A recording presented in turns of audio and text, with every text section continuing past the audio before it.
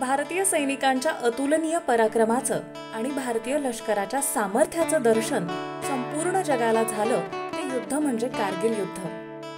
भारतीय सैन्यानं विजयाचा ध्वज फडकावला तो शौर्याचा दिवस म्हणजे कारगिल विजय दिवस। पाकिस्तान विरुद्धच्या कारगिल युद्धात भारतानं 26 जुलै 1999 या दिवशी विजय मिळवला। सैन्याचं शौर्य आणि बलिदानाचं स्मरण करण्यासाठी, विजयाची प्रेरणा देण्यासाठी दरवर्षी हा दिवस साजरा होतो।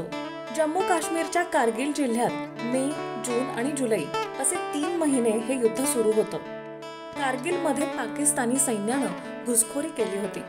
त्यांना रोखण्यासाठी तसंच त्यांनी काबीज केलेला प्रदेश पुन्हा ताब्यात घेण्यासाठी भारतानं ऑपरेशन विजयची सुरुवात केली। 3 महिन्यात कित्येक हल्ले झाले। भारतानं त्यांना चोख प्रत्युत्तर दिलं। अनेक जवान शहीद झाले, मात्र प्राणांची बाजी लावून इतर सैनिक लढत राहिले। दरम्यान चर्चा, वाटाघाटीचेही प्रयत्न झाले। अखेर पाकिस्तानला माघार घ्यावी लागली। पाकिस्ताननं 11 जुलैला कारगिलमधून सैन्य मागे घ्यायला सुरुवात केली आणि त्यानंतर 26 जुलै या दिवशी युद्ध संपल्याची अधिकृत घोषणा करण्यात आली। ऑपरेशन विजय यशस्वी ठरलं। भारताचा युद्धात विजय झाला। या विजयासाठी प्राणांची आहुती देणाऱ्या लष्करी अधिकाऱ्यांना मरणोत्तर सन्मानित करण्यात आलं।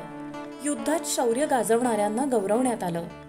चोहोबाजूंनी संघर्षमय वातावरण असताना जवानांना पर्वा असते ती फक्त आणि फक्त देशाच्या सुरक्षेची।